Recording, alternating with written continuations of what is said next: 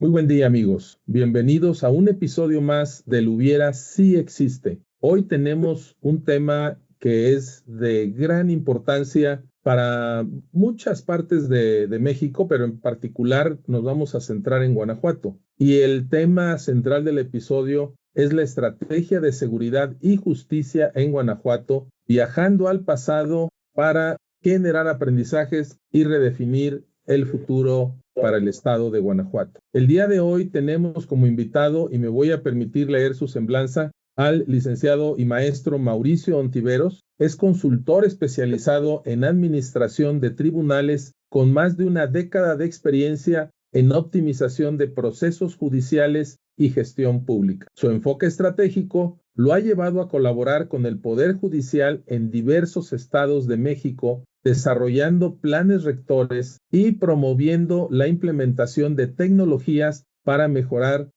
el tema de impartición de la justicia. Es miembro activo de la Mesa de Seguridad y Justicia de León, Guanajuato, donde impulsa soluciones integrales para el fortalecimiento del Estado de Derecho con una visión sistémica. Su pasión por la mejora de la interacción humana guía su labor en busca de una justicia más eficiente. Mauricio, es un placer tenerte en este episodio del Hubiera Si Existe, que organizamos a través de Conexión Novarum, y pues te doy la bienvenida para que tú nos expliques a qué tan al pasado vamos a viajar para generar aprendizajes en este tema vital y apasionante para nuestro estado. Muchas gracias, Roberto, por la invitación. Hoy quiero que hagamos un ejercicio de imaginar que viajamos al pasado para analizar decisiones clave en el ámbito de seguridad y justicia y cómo, de haber actuado de manera diferente, podríamos estar viviendo una realidad distinta, más segura y más justa para todos. Cuando pensamos en el hubiera, no solo reflexionamos sobre los errores, sino también sobre cómo podríamos haber establecido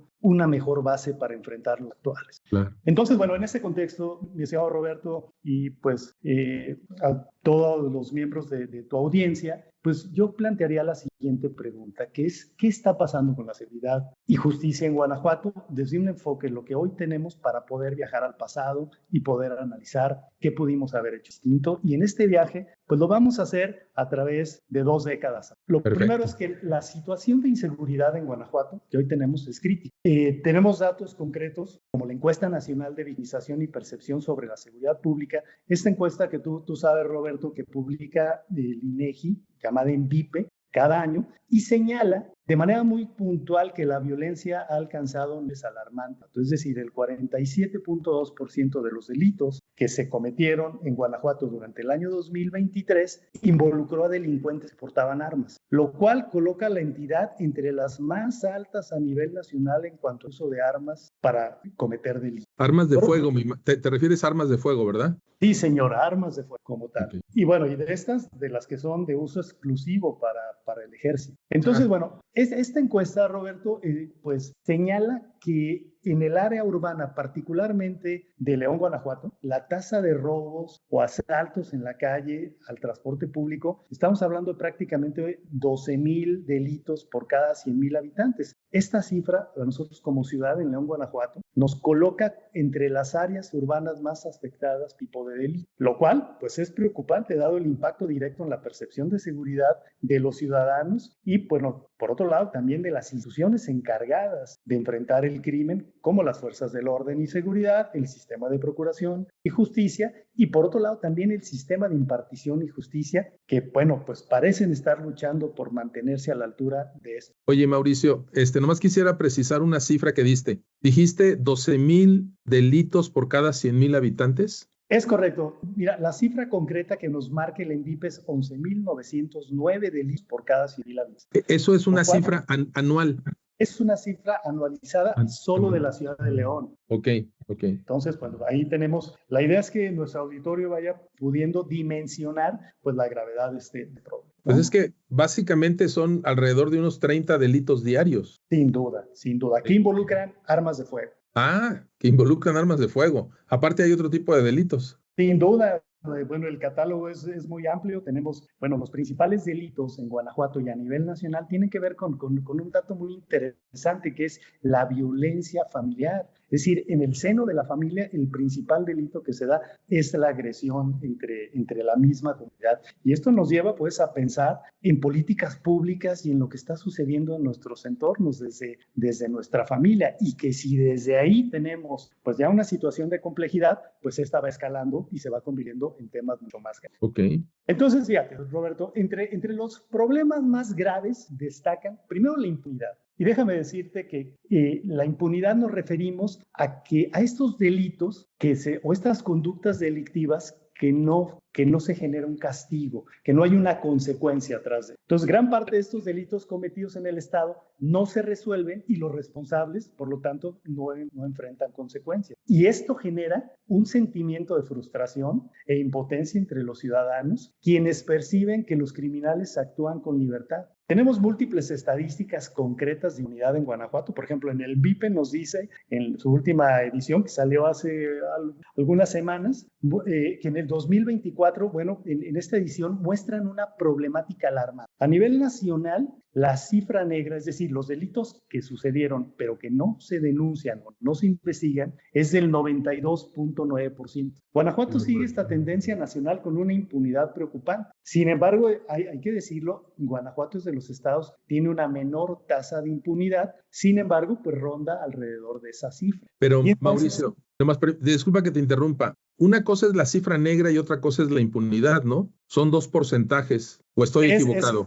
No, es correcto. Fíjate, primero vamos a hablar, existe la percepción de muchos ciudadanos cuando son víctimas de un delito de no denunciar. Entonces, pues eso de entrada, pues es un delito que ni siquiera llegó a las estadísticas del Estado. Exacto. Entonces, es un tema. Y cuando les preguntamos las razones, te dicen, híjole, es ir a perder el tiempo en una fiscalía y yo sé que no va a suceder nada y prefiero quedarme y no generar mayores complicaciones. O puede ser miedo, Mauricio, también. ¿Miedo a denunciar y que haya consecuencias después o alguna cosa así? Sin duda, también es un catálogo muy extenso en el cual son las razones por las que los ciudadanos deciden no tomar un acceso. Y eso de entrada, pues ya nos habla de un problema cultural. Ahora, de estos que llegan, hay que ver cuáles son los que verdaderamente terminan en una sentencia condenatoria, que son llevados ante un juez y que enfrentan un proceso. Y ahí vemos pues otra descomposición en ese sentido. Entonces, fíjate, el primero de los problemas graves tiene que ver con esta impunidad. El segundo va conectado con el siguiente elemento, que es la desigualdad social. La desigualdad social en Guanajuato genera un entorno donde, como tú bien sabes, las oportunidades están limitadas para comunidades vulnerables. Esto afecta el acceso a la justicia y la protección, especialmente para las personas de bajos recursos. Este tipo de personas suelen estar más expuestas al crimen y carecen de los recursos legales para defender. Aquí te voy a dar un dato de Coneval. Dice que municipios como León, Irapuato, Celaya y Salamanca concentran el 50% de la pobreza del estado.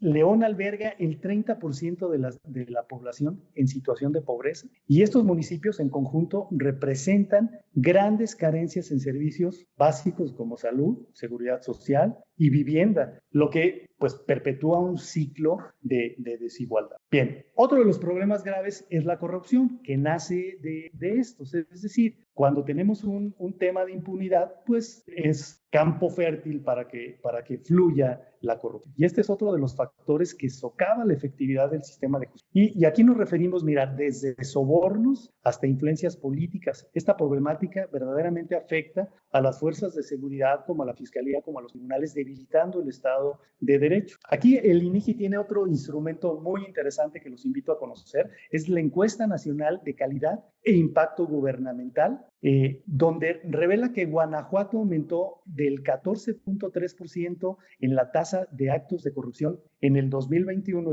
y 2023 a niveles de 27.642 actos por cada 100,000 habitantes, ya en la última medición que ellos hacen en 2023. Imagínate, este incremento, que me parece pues muy, muy importante, sitúa a Guanajuato por encima del promedio nacional, lo que indica pues que los esfuerzos que se están realizando para reducir la corrupción en el Estado, pues hoy tienen significativos desafíos. ¿Tienes el dato para compararnos en qué valor está el promedio nacional? No lo tengo de momento. Sería un tema muy importante. Sí, lo vamos a investigar, pero pues tendremos que echarnos un clavado a esta encuesta nacional de calidad, impacto gubernamental. Lo que sí me llamó la atención es que Guanajuato, el crecimiento prácticamente del 2021 al 2023 de un 14%. Entonces, pues verdaderamente ahí tenemos todo un tema que pues alimenta también, ¿no? Y luego, fíjate, Roberto, siguiendo con los problemas graves, encontramos una descoordinación de las instituciones que forman parte del sistema de seguridad y justicia, es decir, no trabajan en conjunto de manera eficiente. La falta de comunicación entre la policía, los ministerios públicos, los fiscales de litigación, los jueces, retrasan los procesos judiciales y hace que muchos casos se queden sin resolver. A mí me llamaba mucho la atención, fíjate que en uno de los periódicos locales de nuestra ciudad, en León, por ahí del 17 de octubre del año pasado, el encabezado fue: ex policía de León ha sido detenido 63 veces, pero sigue libre y robando. Y entonces hacen un análisis de la cantidad de detenciones que tiene y van poniendo desde el 2009, 2010, 11, 12, 13 y le contabilizan 63 veces detenciones. Entonces, bueno, pues esto nos habla de una falta de coordinación efectiva entre los mecanismos y entre los elementos que forman parte del sistema de justicia. ¿A eso le llaman la puerta giratoria? No, fíjate que el concepto de la puerta giratoria es un concepto que fue acuñado en Chile, en el sistema penal acusatorio, porque daba la percepción de que pues entraba una persona al sistema e inmediatamente salía. Pero esto tiene otras implicaciones. Es decir, el hecho de que un proceso judicial se enfrente en libertad no quiere decir que le quita la responsabilidad a quienes cometieron ese acto delictivo, sino que la medida cautelar, es decir, estas medidas que utilizan los jueces para asegurar que la persona continúe en el proceso, pues hay hoy un universo de 11 medidas cautelares. Una de ellas es la prisión preventiva. Pero aquí viene una reflexión concreta. Por ejemplo, imagínate si vamos a pensar que un padre de familia por un delito de riña lo detienen y pues se va a la cárcel. ¿Qué va a pasar directamente con su familia? Bueno, en su núcleo familiar va a perder su trabajo, eso es inevitable, y pues al perder su trabajo, su familia va a perder el ingreso que tiene y vamos a poner no solo la situación complicada de él, sino también a su esposa y a sus hijos van a entrar en una situación difícil. Entonces, la justicia plantea temas de, oye, tú vas a seguir llevando tu proceso en libertad, pero la idea es que sigas tú trabajando, que sigas aportando a tu casa y que pues ya cuando llegue el proceso de etapa final, pues entonces tú se tome la decisión por parte del juez si solo es la reparación del daño, si tendrás que compurgar, dependiendo de la gravedad del asunto, pues algún tiempo en prisión, ¿no? Y bajo ciertas características. Incluso hay mecanismos en el cual, pues, hay una administración de las penas en ese sentido para que generen el menor. Oye, Mauricio, ¿y aquí en México se utiliza como en Estados Unidos que le ponen un rastreador a la persona para que no salga de un perímetro determinado? ¿Sí? Fíjate que dependiendo de los estados, pero sí existe la posibilidad y es una de las medidas cautelares que pues la autoridad puede hacer uso, que es ponerle este localizador y entonces sí tiene un perímetro en el cual no puede salir. Y pues las medidas cautelares son desde el privar de que salga de la ciudad, que deje el estado, que pues se le recoge el pasaporte para que no pueda salir del país, inclusive que no se acerque a cierta distancia a ciertos lugares. En fin, es un conjunto de 11 medidas que permiten realizar esto. Y la puerta giratoria era eso, la percepción de que, oye, ya entró y ya salió. Pero lo que a veces no sabíamos es de que pues, la persona está siguiendo un proceso en libertad y que dependiendo de eso, pues es que lo va a poder realizar en esas condiciones. Sin embargo, hay otros delitos que es imposible, ¿no? Es decir, un delito de alto impacto, es decir, un homicidio, una violación, los delitos considerados como grave, pues esos de entrada ni siquiera el juez hace la valoración, porque la medida cautelar es de prisión preventiva oficiosa, es decir, desde el primer día tienen que estar durante todo el proceso y una vez que termine el proceso, o sea, si la sentencia es condenatoria, pues se le compurga el tiempo que pasó ya en prisión preventiva, se le tome, ¿no? Oye, entonces, ahorita que mencionaste esto, en el estado de Guanajuato como estado, no metiendo a la federación, ¿Hay delitos que se persiguen de oficio? Sí, totalmente. Claro, existe también un catálogo y, por ejemplo, bueno, si hablamos de secuestros, si hablamos de toda la gama de delitos sexuales, si hablamos del homicidio doloso, el feminicidio, son delitos que se persiguen de oficio y que además, pues, la medida cautelar, pues es prisión preventiva.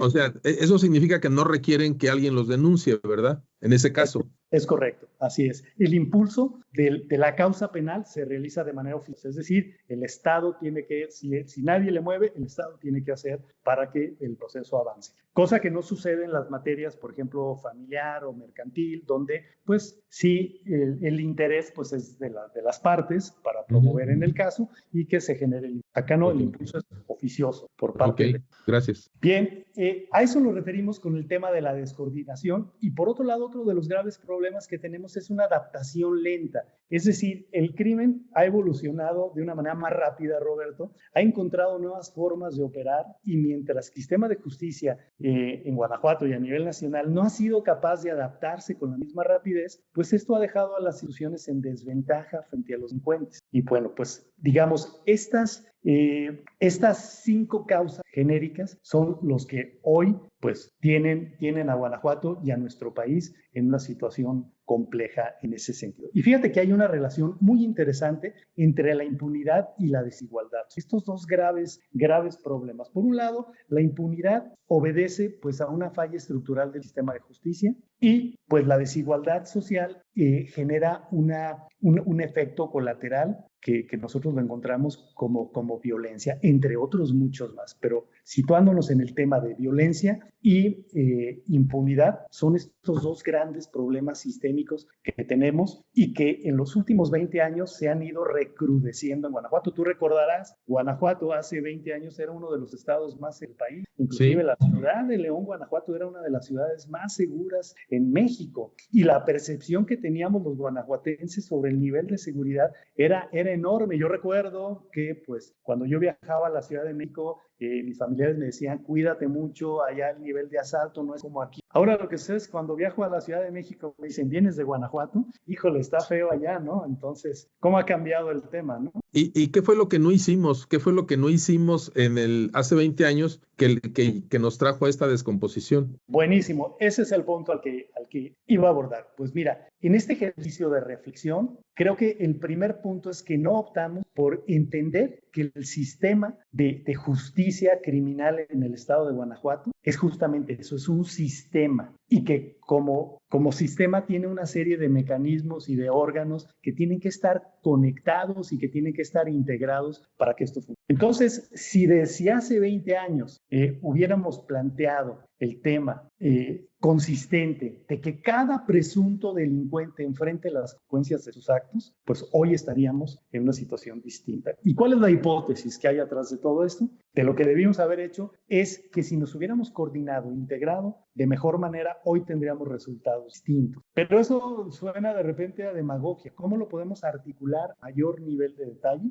Bueno, a través de 6 acciones concretas. La primera es una operación integrada de los operadores del sistema de justicia penal. Es decir, ¿quiénes son los que forman parte del sistema de justicia penal? Pues están la Secretaría de Seguridad Pública, tanto a nivel estatal, a nivel federal, estatal y municipal. También están las fiscalías a nivel federal para delitos de alto impacto y pues los delitos del fuero común a nivel estatal. Y derivado de eso tenemos la conexión directa con los tribunales, con los juzgados penales de manera muy concreta. Pero también tenemos los centros de internamiento, es decir, los cerezos que forman parte, las cárceles de manera muy concreta, que es el sistema penitenciario que también forma parte. Pero también están los defensores públicos, también están los defensores privados, también están la Comisión Ejecutiva de Atención a Víctimas. Es decir, todos estos instrumentos y todas estas organizaciones que ya formaban parte del sistema de justicia,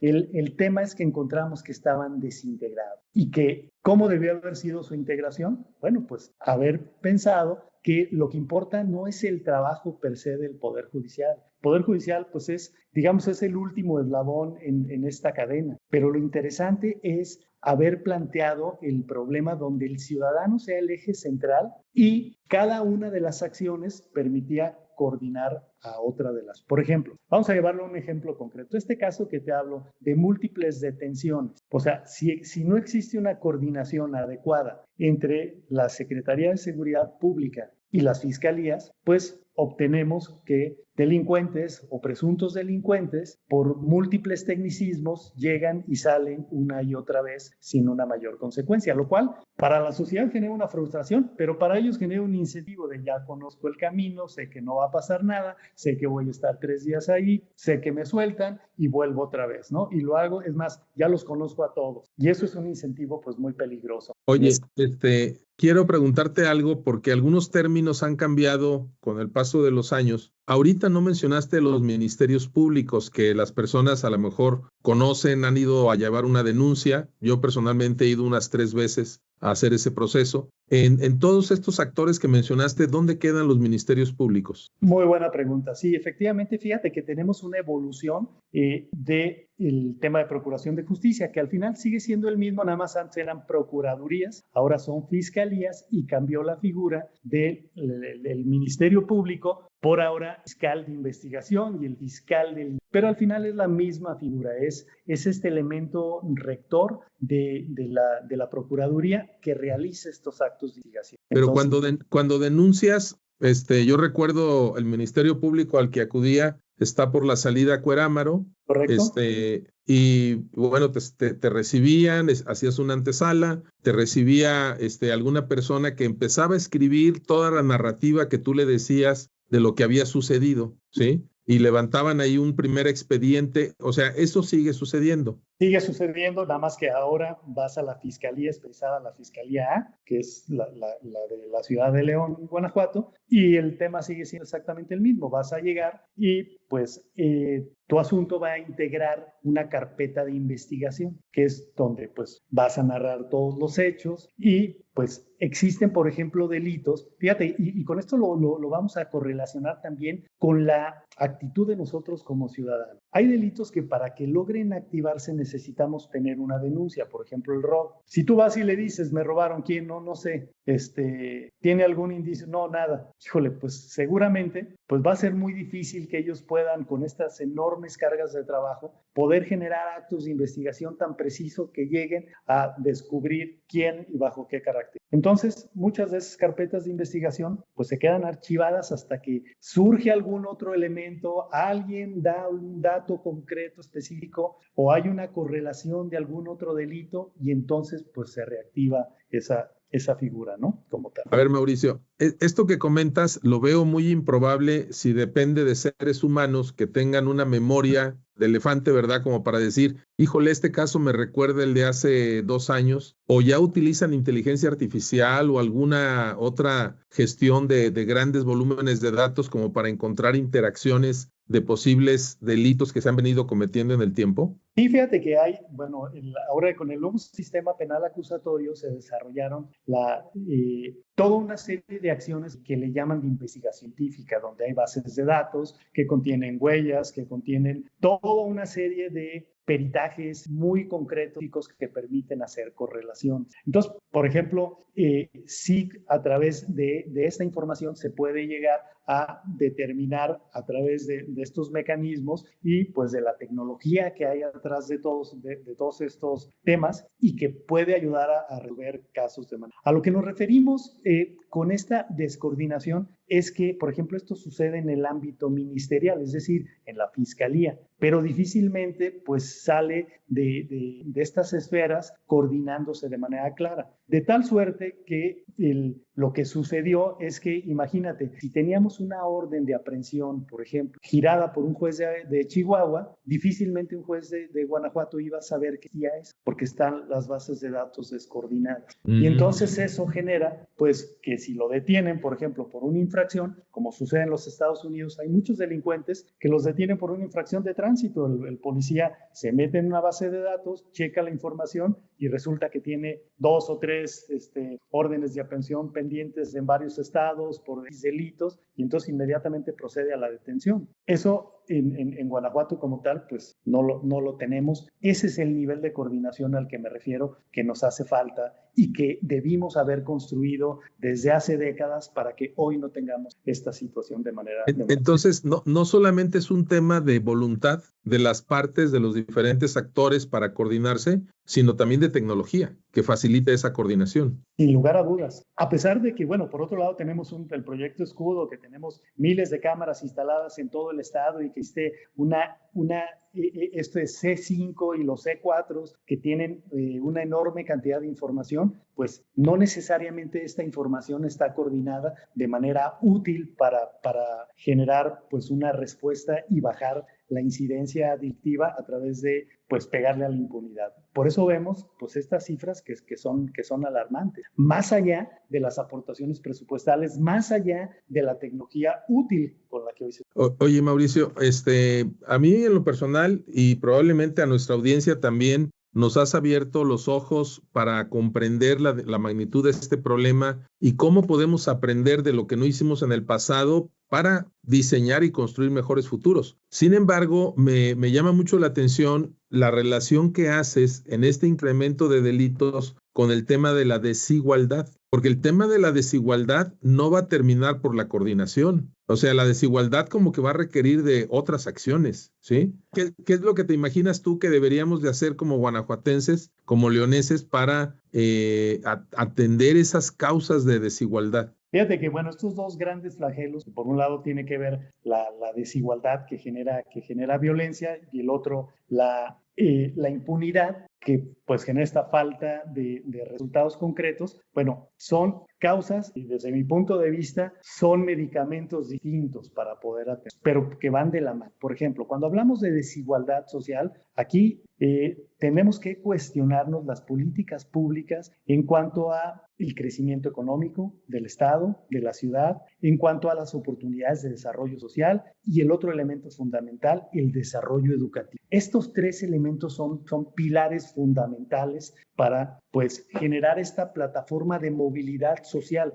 Lo triste hoy en Guanajuato es que quien nace en pobreza, existen enormes probabilidades de que muera en pobreza. Esta movilidad social que tiene que ver con el desarrollo económico, el desarrollo social y el desarrollo educativo son marginales en Guanajuato y pues hoy generan esta problemática. Sin embargo, pues la solución y el tiempo para poder abordar estos problemas pues son diametralmente opuestos. Si tuviéramos que tomar la decisión en estos últimos 20 años, ¿cuál de los dos problemas queremos? Bueno, la solución o la iniciativa sería, sin lugar a dudas, ambos problemas al mismo tiempo. Sin embargo, los resultados que podemos tener en cuanto a desigualdad son problemas de un largo plazo y en cambio los problemas que tienen que ver o las soluciones hacia la impunidad sería una temática que aplicaría en el mediano y el corto plazo. Entonces uno ayudaría al otro de tal manera que si mejoramos los niveles de impunidad,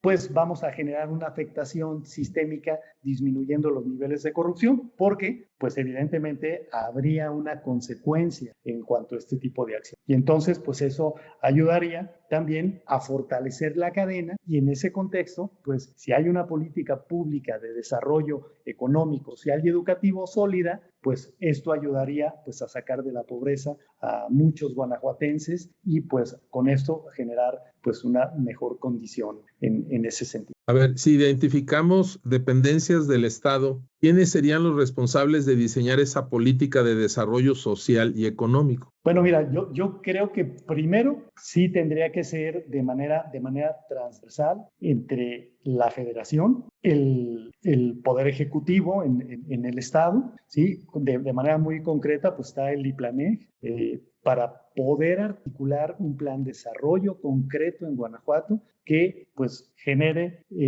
las características de desarrollo tanto económico como social y como educativo para poder llegar al siguiente nivel y que sobre todo el tema de la educación a mí me parece fundamental porque aquí es donde encontramos estas plataformas de movilidad social, es decir, en el hecho de una familia humilde, alguno de los hijos se convierte en médico, bueno, pues eso cambia, o en médico, en ingeniero, o en abogado, sí. Eso le cambia la vida a contexto, a la familia, y entonces sí tenemos una estructura de movilidad social en ese sentido, siempre y cuando esté acompañada de las condiciones para poder realizarlo en ese sentido. Por eso creo que esos tres elementos en conjunto sí tendríamos que haberlo revisado en Guanajuato de una manera mucho más clara para que pues se generen estas condiciones. Hoy sabemos que la mayoría de los empleos en Guanajuato no vienen de las empresas grandes, de las pymes. Y ahí es donde se generan las oportunidades de empleo, ahí es donde está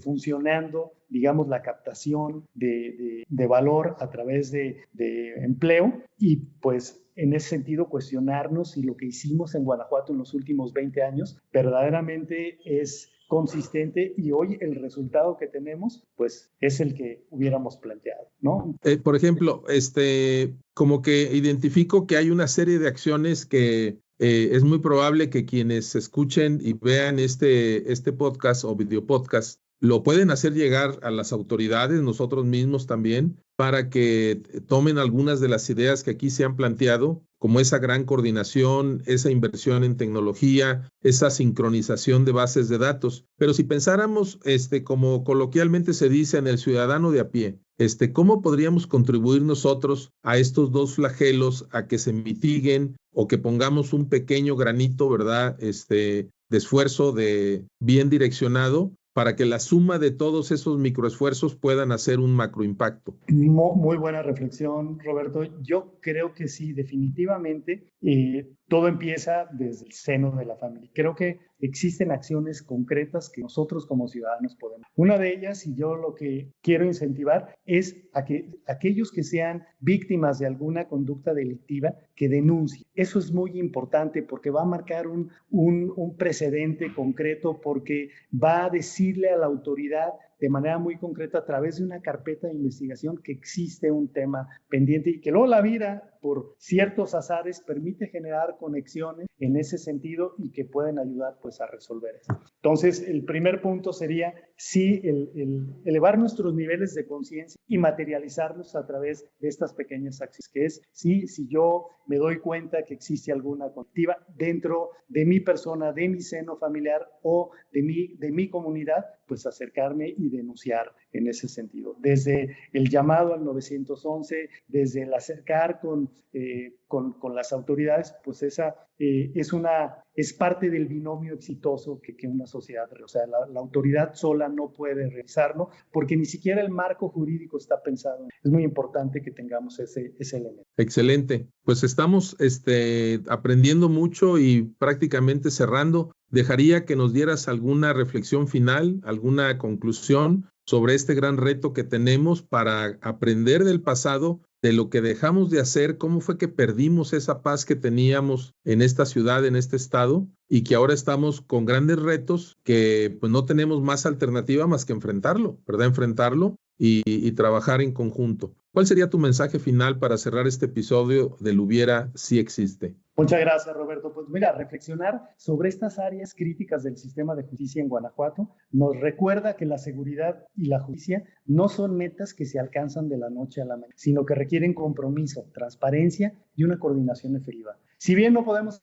cambiar las decisiones del pasado, sí podemos aprender de ellas para construir un sistema que responda a las necesidades actuales y futuras. Entonces, en ese contexto, quiero invitar a todos a involucrarse en este cambio. Si exigimos un sistema de justicia transparente y coordenado, y si trabajamos para que nuestras instituciones operen bajo principios de equidad y de eficiencia, el futuro de la justicia en Guanajuato puede ser muy diferente. El hubiera aquí se convierte en una oportunidad para actuar con determinación hoy, asegurando que las próximas generaciones no tengan que hacer estos mismos ejercicios de autocrítica, o al menos sucedan de manera distinta. Claro, claro. Pues muchas gracias, Mauricio.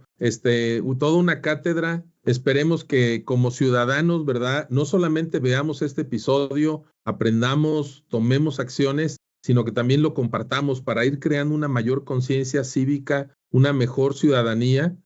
Hablando de participación ciudadana, el modelo de que voy y voto y ahí terminó mi participación ciudadana se está quedando extremadamente corto. Hay muchísimas cosas que podemos hacer, que como tú dices, puede ser en el seno de mi familia, en la empresa donde trabajo, en la comunidad, y probablemente fui testigo de algo que sucedió y que las personas involucradas a lo mejor no están tomando los pasos debidos y que podemos orientarlos, ¿no? Para que realmente se abran esos expedientes y aumente la probabilidad de que tengan una consecuencia esos delitos. Sin duda, Roberto. Muchas gracias. Y gracias a todos tus oyentes del Hubiera Asiste por permitirme compartir el día de hoy esta reflexión. Y bueno, pues como bien comentas, trabajemos juntos porque transformar el sistema de justicia es una meta que solo podemos alcanzar como sociedad unida y común. Perfecto. Pues muchas gracias y que pases un buen día. Hasta luego, Mauricio. Gracias. Hasta luego. Hasta luego.